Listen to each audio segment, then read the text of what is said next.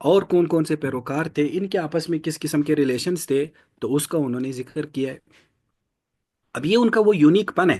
یا مثلا دیکھیں، ایک آپ صلی اللہ علیہ وسلم کے ایک چچاتے تھے حضرت زبیر بن عبد المطلب، شاید آپ نے بھی نام نہیں سنا ہوگا۔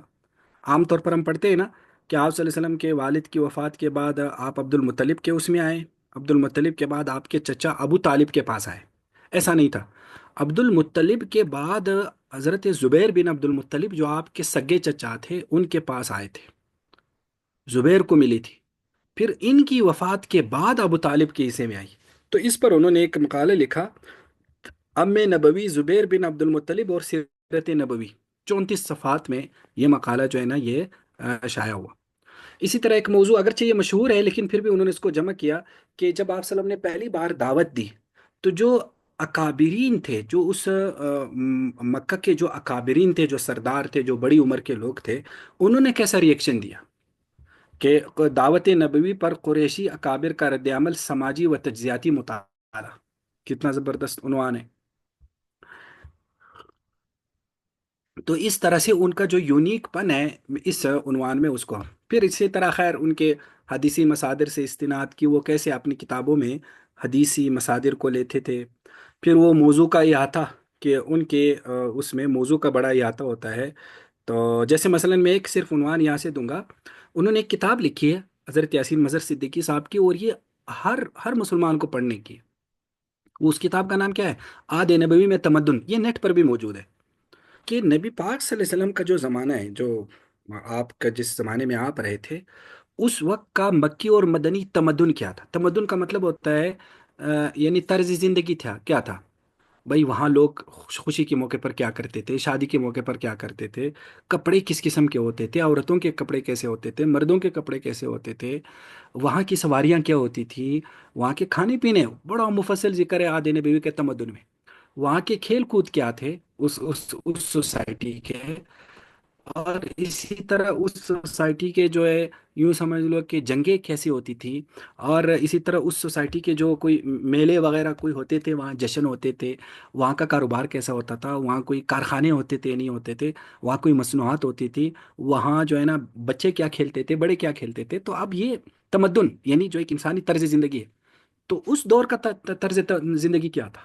اب یہ آپ کو اس پر مواد بہت ہی، گویا کہ یوں سمجھ لو کہ جیسے آپ جو ہے نا ایک چاولوں کا ایک مٹھی لے کر اس کے پورے صحن میں پھیلا دے اور کسی سے کہ اس کو اب اکٹھا کر لو، تو کتنا مشکل کام ہے۔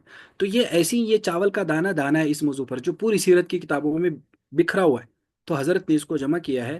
اور اب آپ دیکھیں، میں نے اس کے ابواب اسی وجہ سے یہاں لکھے ہیں۔ مثلا پہلا باب ہے معقولات و مشروبات، ٹھیک ہے، کہ وہاں کھانے پینے کیا تھے۔ پھر آد نبوی کے کپڑے اور لباس و آرائش بدن، کتنا خوبصورت عنوان ہے، 60 کے قریب عنوانات اس میں ہیں۔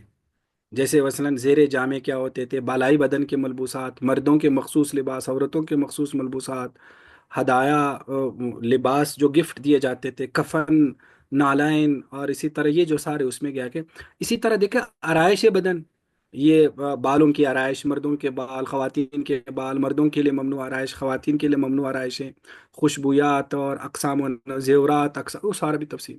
تیسرا قسم ہے تعمیرات، دیکھو کہ وہاں کے لوگ یا اس سوسائٹی کے لوگ تعمیر کیسے کرتے تھے، بھائی مکانات کے کس قسم کے ہوتے تھے، تو اس میں انہوں نے کیا۔ اور اسی طرح تفریحات انہوں نے اس میں کیا ہے، اور یہ جو تہوار ہے اور تقریبات ہے، تو وہ اس میں انہوں نے اس میں کیا ہے۔ تو یہ اس طرح کی گویا کہ یہ کتاب ہے جو بڑی زبردست قسم کی یعنی اس میں اسی طرح حضرت کی ایک سیرت کا ایک کمال یہ ہوتا ہے کہ وہ مخفی گوشوں کو بازیافت کرتے تھے، یعنی جو سیرت کے ایسے گوشے جن پہ زیادہ چیز نہیں ہے، تو اس میں انہوں نے اس پر بھی، جیسے معاش نبی کا میں نے آپ کو تعارف کرایا تھا، بڑا مخفی قسم کا موضوع ہے۔ اسی طرح آد نبوت کا نظام حکومت کیسا تھا، دیکھو جب نبی پاک صلی اللہ علیہ وسلم مدینہ تشریف لائے نا صحابہ کرام، تو یہاں ایک ریاست بن گئی، ایک سٹیٹ بن گیا، مدینہ کی ایک سٹیٹ باقاعدہ بنی ہے، ایسا نہیں تھا۔ اور اس سٹیٹ کے سربراہ نبی پاک صلی اللہ علیہ وسلم تھے، اور باقاعدہ ایسا نہیں تھا کہ بس مسلمان مدینہ میں ویسے ہی آباد ہو گئی، نہیں، وہاں ایک ملک بن گیا۔ جیسے مثلا پاکستان آزاد ہوا نا، تو اب پاکستان ایک سٹیٹ بن گیا، تو اسی طرح مدینہ بھی ایک ریاست بن گئی۔ اس کا شہری نظم کیا تھا، فوجی نظم کیا تھا، مالی نظم کیا تھا، اس کا مذہبی نظام کیا تھا، تو یہ انہوں نے اس کا پورا اس میں اس کو کیا کیا لکھا ہے. تو خیر اس کی اور بھی اس میں آپ کو بڑی مثالیں آپ کو مل جائیں گی. تو یہ پورا میں نے اس میں جتنا بھی اس مقالے پہ بڑا وقت لگا تھا.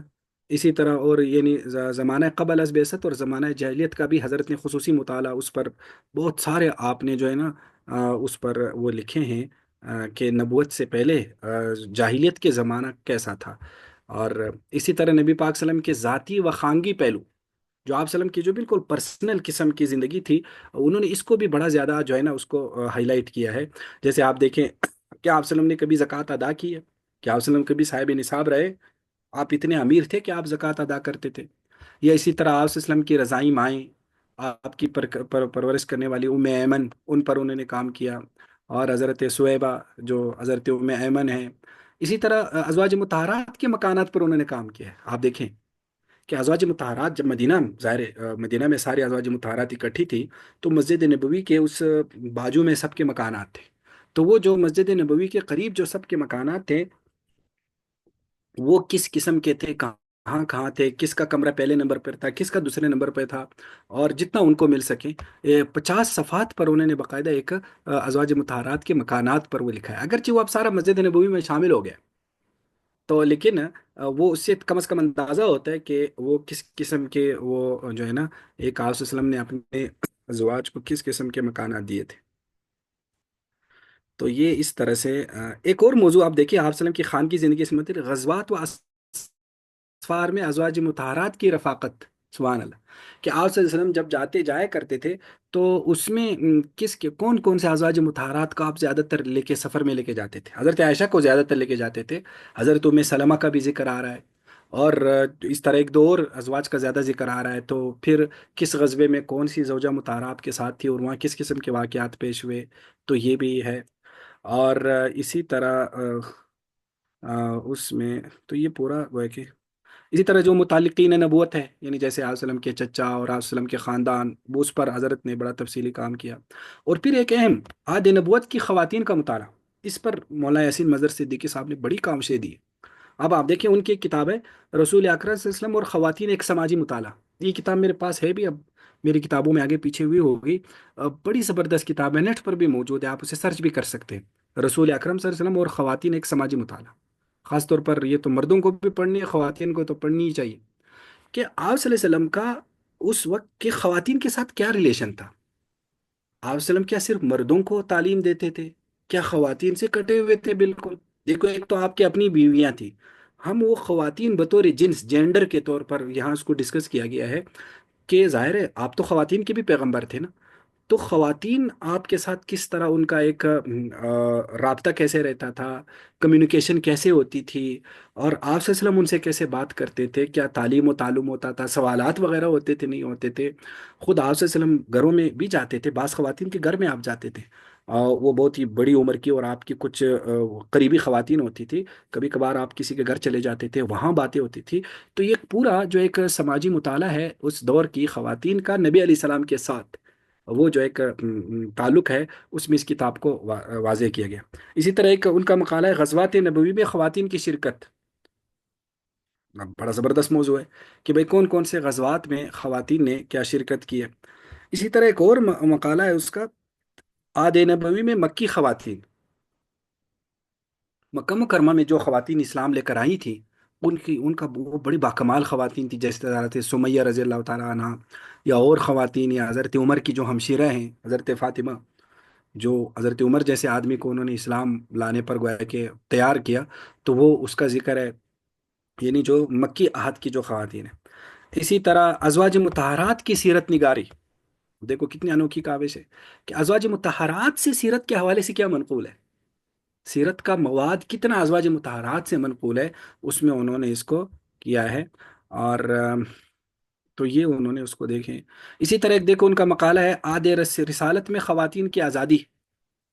یہ بڑا زبردست موضوع ہے کہ عہد نبوت میں دیکھو آزادی کا وہ والا آزادی آپ مراد مت لینا جو لبرل یا جو سیکولر قسم کے لوگ مراد لیتے ہیں. لیکن اسلام میں خواتین کو اس طرح سے بھی نہیں کیا گیا تھا جس طرح کہ کچھ لوگ اسلام کا نام لے کر یوز کرتے ہیں اپنے اس کا جو کلچرل چیزوں کو اسلام کے ساتھ نتھی کرتے ہیں اس طرح سے بھی نہیں تھا. جو خواتین کا ایک بالکل ایک بہت ہی معتدل قسم کا معاشرہ تھا، نبی علیہ السلام کا جو معاشرہ تھا، تو اس میں آپ کو وہ ملے گی کہ خواتین ایسی نہیں تھی جس طرح ہمارے یہاں خواتین کو جس طرح سے پابند کیا جاتا ہے نا۔ میں ایک بڑی مشہور شخصیت ہے، میں ظاہر نام نہیں لیتا، لیکن انہوں نے ایک مرتبہ مجھے پرسنلی بتایا کہ ہمارے گھر میں، انہوں نے کہا ہمارے گھر میں یہ ہے کہ ہم اپنے گھروں میں ہم خواتین خواتین سے بھی پردہ کرتی ہیں۔ ہمارے گھروں میں جو خواتین کام کرتی ہے، تو مثلا دو دو بھائیوں کی بیویاں ہیں نا، تو وہ جو کام کر رہی ہے گھر میں رہتی ہیں، تو خاتون خاتون سے پردہ کر رہی ہے۔ اب آپ اندازہ کرو، کیا یہ اسلام میں ایسا ہے؟ اب وہ اتنے بڑے آدمی ہیں، لوگوں کو پتہ نہیں کیا کیا تبلیغ تبلیغ کرتے ہیں، پتہ نہیں کیا کیا تبلیغ سے تو نہیں تعلق نہیں، ویسے ایک بڑے عالم ہیں، تو گھر میں یہ رکھا ہوا ہے۔ اب اگر آپ ایک خاتون کو گھر میں بھی پردہ کرنے پر مجبور کریں گے، خواتین سے بھی، تو اس کی زندگی کیسی ہوگی؟ تو اب آپ ان چیزوں کو ہم اسلام کے نام پر پیش کرتے ہیں، جس سے وہ ایک نیچرل زندگی ایک انسان کی جیسے ہونی چاہیے، وہ اس طرح سے پھر ہوتی نہیں نا۔ تو خیر، وہ انہوں نے اس میں وہ جو تعلیمی آزادی تھی، سیاسی آزادی تھی، معاشرتی و گھریلو آزادی، اس کو انہوں نے اس میں بیان کیا ہے۔ اسی طرح ایک اور تھا، ازواج مطہرات کے آپس میں باریاں تھی نا۔ اصلاً باری ایک ایک زوجہ مطہرہ کے گھر ٹھہرتے تھے، تو بسا اوقات وہ باریاں کچھ ازواج مطہرات نے دوسروں کو دے دی، تو اس پر بھی انہوں نے ایک مضمون لکھا ہے۔ اسی طرح ازواج مطہرات کی دینی اور علمی خدمات، اسی طرح غزوات و سرایت پر انہوں نے بڑا خصوصی کام کیا ہے، اور مصادر سیرت کا یہی جو آپ کے سامنے کتاب ہے اس پر، اور تو یہ جو ہے نا، اللہ، تو خیر یہ مقالہ انشاءاللہ چھپ جائے گا، تو آپ لوگوں کو انشاءاللہ پھر میں خصوصی طور پر دوں گا، ورنہ تو آپ وہ سیرہ بھی، اب مجھے اس دفعہ میں گیا تھا جب وہ کراچی میں پچھلے ایک ڈیڑھ مہینے پہلے، تو میں نے ڈاکٹر صاحب سے کہا کہ وہ میرے مضمون کا کیا بنا، کب کا دیا ہوا ہے؟ تو کہہ رہے تھے ابھی اس دفعہ کے سیرہ میں آ رہا ہے، میرے خیال میں 48 نمبر شمارہ ابھی آئے گا سیرہ کا، تو اس میں فرمایا کہ آ رہا ہے، تو آ جائے گا انشاءاللہ۔ پھر سیرت نگاری کی تاریخ پر حضرت نے جو کام کیا ہے، اور اسی طرح اصول سیرت نگاری اس پر جو کام کیا ہے، تو اسی طرح یہ پورا تقریباً 12 کے قریب ہے، یہ جہاد وغیرہ 15، یہ 15واں نمبر متفرقات، تو پھر اس تو کی سر جو ماشاء اللہ آپ نے بھی تو ان کی ساری بکس پھر پڑھی ہیں، تو تب بھی اس پہ آپ نے لکھا ہے۔ بس وہ مجھے ان سے کافی دلچسپی تھی، وہ کچھ چیزیں تو پڑھی ہے، کچھ ان کی صرف وہ رسائل میں جو چھپی ہے، تو بہرحال میں ان کے کام سے بڑا، ان کے کام سے میں کیا، ہر کوئی متاثر ہوتا ہے، اب آپ ان کا کام دیکھیے کتنا کام ہے، تو اس لیے جب وہ فوت ہو گئے تو ایک تو افسوس بھی بہت زیادہ ہوا کہ کس قسم کے آدمی چلے گئے، لیکن بہرحال جب میں نے یہ مضمون ڈاکٹر صاحب کو بھیجا تو وہ بھی بڑے خوش ہو گئے، تو انہوں نے کہا کہ میں نے خود ان کی سیرت نگاری پہ لکھنا تھا، لیکن کہتے جب میں نے آپ کا یہ مضمون دیکھا تو میں نے اپنا ارادہ بدل دیا اور میں نے کہا کہ اب ہوں۔ اس مضمون کے بعد زیادہ اس موضوع پر زیادہ دوسرے مضمون کی ضرورت نہیں ہے، تو خیر، تو اب دیکھتے ہیں کہ یہ کب شائع ہوتا ہے۔ تو یہ اصل میں آپ لوگوں کو اس لیے بھی وہ کروایا کہ تاکہ وہ ڈاکٹر صاحب کا ایک تعارف آپ کے سامنے آ جائے، ڈاکٹر یاسین مظہر صدیقی صاحب کا۔ دوسرا خاص طور پر سیرت کا جو ایک ہمگیری ہے نا، یعنی سیرت کو اتنا بہت چھوٹا موضوع نہیں ہے، اور سیرت پہ جو کام ہونا ہے یا جو کام ہو چکا ہے یا جو جو کام ہونے کی ضرورت ہے، تو یہ آپ کو یعنی آپ کو یہ چیزیں پڑھنی چاہیے، اور جی الحمدللہ اس جدید دور میں سیرت پر ماشاءاللہ بہت کام ہوا ہے۔ انشاءاللہ مگر ہمارا اگلا سبق اسی میں ہوگا کہ جدید دور میں جو سیرت پر کام ہوا ہے یا بر صغیر میں جو سیرت پر کام ہوا ہے، تو انشاءاللہ اس کو ہم دیکھیں گے، تو اس لیے اس موضوع پر کوشش کریں جتنا آپ اپنے آپ کو ماہر بنا سکتے ہیں۔ اب اردو میں بھی اس پر بہت کام ہو، مثلا اگر کوئی آدمی یاسین مظہر صدیقی صاحب کا یہ پورا مقالات کا کتابوں کا سیٹ اپنے پاس رکھ لے اور اسی کو ہی پڑھنا شروع کرے، تو کتنا علم آ سکتا ہے، کتنی پہلوؤں جی سے جو ہے نا واقفیت حاصل ہو سکتی ہے۔ چلے جی، اتنا کافی آج۔ جی بہت شکریہ سر، جزاک جی، السلام علیکم ورحمۃ اللہ۔ اللہ۔ وعلیکم السلام ورحمۃ اللہ۔